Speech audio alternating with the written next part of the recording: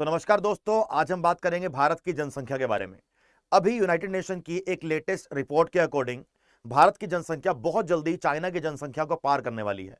वैसे तो एक ऐसी न्यूज ऑलरेडी आ चुकी थी पहले ही कि भैया भारत की जो जनसंख्या है वो ऑलरेडी चाइना की जनसंख्या को पार कर चुके, लेकिन अभी एक दिन पहले यूनाइटेड नेशन संयुक्त राष्ट्र ने एक रिपोर्ट निकाली है। उसके अकॉर्डिंग इस साल के मिडल में यानी 2023 के मध्य तक भारत की जनसंख्या चाइना की जनसंख्या को पार कर देगी और 30 लाख पॉपुलेशन भारत की ज्यादा होगी चाइना से।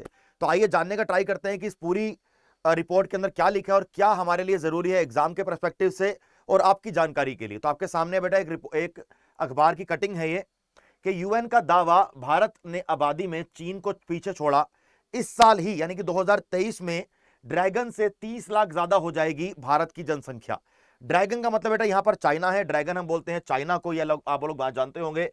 एक पुरानी कुछ कहानियों के अकॉर्डिंग चाइना को ड्रैगन प्यार से बोला जाता है।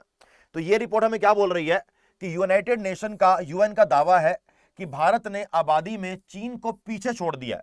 इस साल ही ड्रैगन की 30 लाख से ज्यादा हो जाएगी हमारी जनसंख्या। अभी चल रहा है बेटा 2023 और यूएन के अकॉर्डिंग जून जुलाई के आसपास भारत की जनसंख्या चाइना को पीछे छोड़कर 30 लाख आगे निकल जाएगी। ठीक है, इसके साथ साथ संयुक्त राष्ट्र ने रिपोर्ट जारी करी। इसमें कहा गया कि भारत इस साल के मध्य तक दुनिया का सबसे आबादी वाला देश बन जाएगा।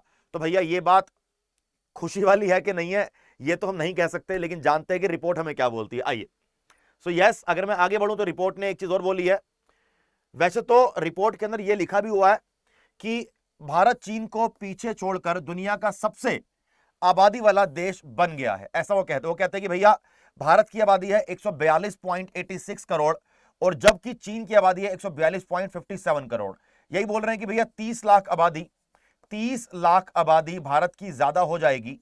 30 लाख आबादी भारत की ज्यादा हो जाएगी चाइना से इस साल के मिड तक। ठीक है, और इस रिपोर्ट में क्या कहा गया है कि गौरतलब है कि संयुक्त राष्ट्र ने बुधवार सुबह एक रिपोर्ट जारी की थी।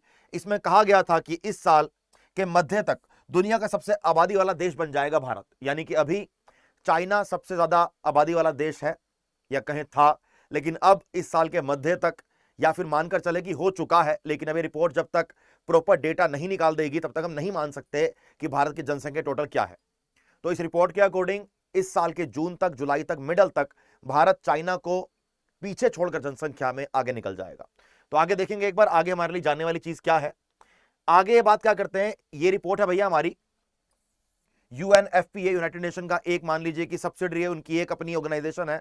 उन्होंने ये बोला है कि यूएनएफपीए की एक नई रिपोर्ट के अनुसार भारत की 25% जनसंख्या 0 से लेकर 14 वर्ष के आयु वर्ग की है। वहीं 18% 10 से लेकर 19 आयु वर्ग की है, 26% 10 से लेकर 24 आयु वर्ग की है और 68% 15 से लेकर 64 आयु वर्ष की है।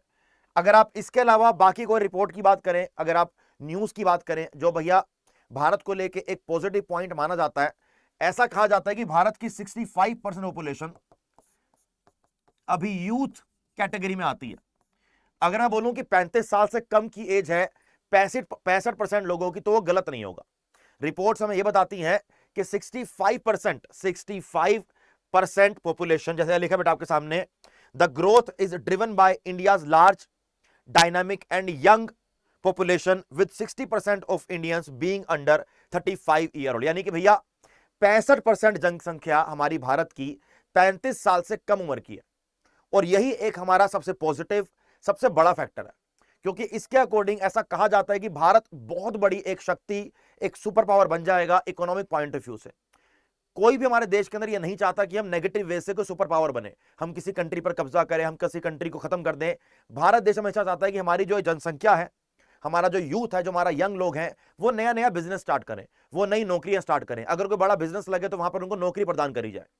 और लेबर फोर्स, जब अगर भारत की जनसंख्या जवान है, यूथ है, तो हमारे अंदर एनर्जी ज्यादा है, और हमारी जनसंख्या, हमारा यूथ इस टाइम पर बहुत अच्छा कर भी रहा है। चाहे वो कोई भी सेक्टर है, वो एजुकेशन का सेक्टर हो, चाहे वो टेक्नोलॉजी का सेक्टर हो, चाहे वो फार्मा का सेक्टर हो। हमने कोविड के समय पर देखा फार्मा के सेक्टर ने भैया बाहर कंट्री में जाकर भी सामान को बेचा, लोगों की हेल्प भी करी।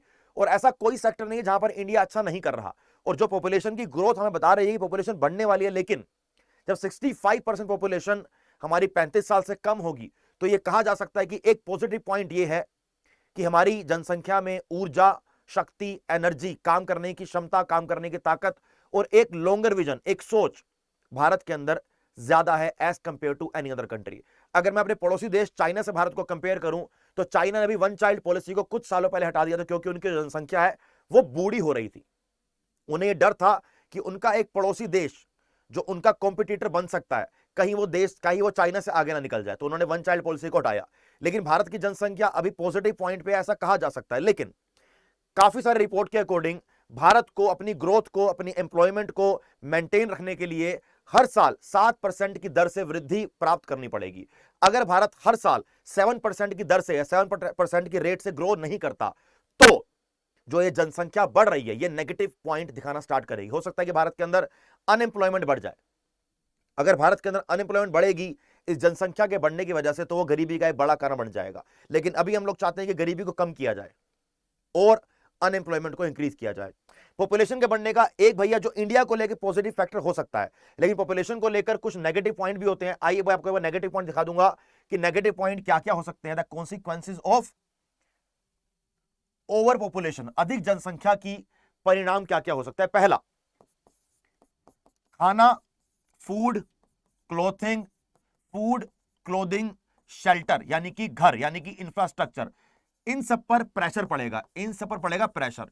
देखो जितनी जनसंख्या बढ़ेगी बेटा, उतना हमें फूड की ज्यादा जरूरत पड़ेगी, कपड़ों की ज्यादा जरूरत पड़ेगी, शेल्टर की ज्यादा जरूरत पड़ेगी। देखो इन पर प्रेशर पड़ेगा, तो ऐसा हो सकता है कि ये सारे के सारे सेक्टर बूम कर जाएं। लेकिन इसके लिए हमें अपने second very important education sector को बहुत इंप्रूव करना पड़ेगा। एजुकेशन सेक्टर को बहुत इंप्रूव करना पड़ेगा। इसके साथ साथ अगर बात करी जाए, अनएम्प्लॉयमेंट होने के चांसेस बढ़ जाते हैं, अनएम्प्लॉयमेंट होने के चांसेस बढ़ जाते हैं। इसलिए भारत को ऐसी पॉलिसीज लेके आना पड़ेगा जिससे कि अनएम्प्लॉयमेंट को कम किया जा सके। तो पॉपुलेशन के बढ़ने के कॉन्सिक्वेंसेस क्या होंगे बेटा? एजुकेशन पर खर्चा बढ़ जाएगा, तो वहां पर गवर्नमेंट को यह कंट्रोल करना पड़ेगा। Second point, food, clothing, shelter, इस पर एक प्रेशर पड़ेगा। ज्यादा चीजों की डिमांड बढ़ेगी, ज्यादा चीजों की हमें पूर्ति करनी पड़ेगी, संसाधनों की हमें चॉइस करनी पड़ेगी क्या प्रोवाइड किया जाए। लेकिन अगर इसे कंट्रोल्ड वे में किया जाएगा तो ये एक इकोनॉमिक बूम भारत के लिए साबित हो सकता है। इसके बाद अगर बात करिए बेटा, मुझे लगता है बड़ा कंसर्न पॉइंट है भारत को लेके एनवायरमेंट। हमने अभी कुछ पिछले सालों के अंदर जो चीजें देखी, हमारी जो हमारी नदी है, जैसे गंगा नदी हुई, दिल्ली में यमुना नदी है, वो इतनी ज्यादा प्रदूषित हो चुकी है, एनवायरमेंट पोल्यूट हो चुका है, हमें उसको ठीक करना पड़ेगा। और जितनी जितनी हमारी जनसंख्या बढ़ेगी, ये चीजें बढ़ती हुई नजर आई। लेकिन अगर हम इस चीज को लेके अवेयरनेस फैलाएं, एजुकेशन को इंप्रूव करें, लोगों को बचपन से सिखाएं कि एनवायरमेंट को गंदा नहीं करना, क्योंकि आपके आसपास का एनवायरमेंट आपको बहुत ज्यादा इफेक्ट करता है। अगर कहीं पर कोई नदी गंदी होगी तो उससे सिर्फ वो शहर खराब नहीं होगा, उसका मल्टीपल इफेक्ट बाकी शहरों में देखने को मिलता है। इसीलिए बहुत सारी स्कीम्स, बहुत सारी पॉलिसीज राज्य सरकार, केंद्र सरकार चला रही है कि जिससे कि भैया नदियों को साफ किया जाए, एनवायरमेंट को साफ किया जाए। तो एक ये कंसर्न रहेगा। साथ साथ फिफ्थ हमारा कंसर्न रहेगा एनर्जी क्राइसिस का। एनर्जी क्राइसिस यानी कि इलेक्ट्रिसिटी की डिमांड बढ़ेगी, एनर्जी की डिमांड बढ़ेगी। उस एनर्जी क्राइसिस को सोल्व करने का तरीका सिर्फ एक ही रहेगा कि हम रीन्यूएबल एनर्जी पर शिफ्ट कर जाए। रीन्यूएबल एनर्जी पर अगर भारत शिफ्ट कर जाएगा, जैसे कि अभी बैटरी वाली कार्स को लेकर बात चल रही है, लेकिन बैटरी वाली कार्स के अंदर इलेक्ट्रिसिटी यूज होती है। बैटरी को चार्ज तो इलेक्ट्रिसिटी से करोगे ना आप। अगर हम उस इलेक्ट्रिसिटी को कोल से हटाकर सोलर की तरफ शिफ्ट कर पाए, अगर हम इस इलेक्ट्रिसिटी को कोल से हटाकर सोलर की तरफ शिफ्ट कर पाए, विंड की तरफ शिफ्ट कर पाए, हम एनर्जी सोलर एनर्जी लें, हम विंड एनर्जी लें, तो मुझे लगता है कि ये सारी की सारी चीजें सोल्व हो सकती हैं। एजुकेशन को इंप्रूव करो, अनएम्प्लॉयमेंट को कम करो, एनर्जी पर कोल से शिफ्ट होकर रिन्यूएबल एनर्जी पर जाओ, सोलर एनर्जी पर जाओ, विंड एनर्जी पर जाओ। अगर भारत ऑलरेडी इन सब चीजों पर काम कर रहा है, तो मुझे लगता है कि भारत का आने वाला भविष्य सुंदर है, सुरक्षित है, और जो लोग भारत के अंदर पैदा हुए हैं उनका आने वाला भविष्य बहुत शानदार है। और जैसे कि हम सब लोग जानते हैं बेटा, इस टाइम पर बड़ी बड़ी कंट्रीज में रिसेशन की बात चल रही है। अभी एक रिपोर्ट आई कुछ टाइम पहले, I was reading one report, वहां पर लिखा था कि अगर मैं पूरे भारत की, पूरी दुनिया की बात करूं, दुनिया का नाम लेते थे मेरे मुंह से भारत निकल जाता है, मैं बोलता हूं ना दुनिया, तो मुझसे भारत बोल देता हूं कभी कभी। मैंने एक रिपोर्ट पढ़ी, तो पूरी दुनिया की रिपोर्ट थी कि सबसे कम चांसेस कहां पर हैं रिसेशन आने के। भारत में चांसेस है 0%।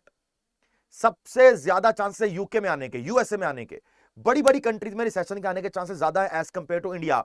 और इंडिया में चांसेस है कि 0%, भारत में रिसेशन आने के कोई चांस नहीं है।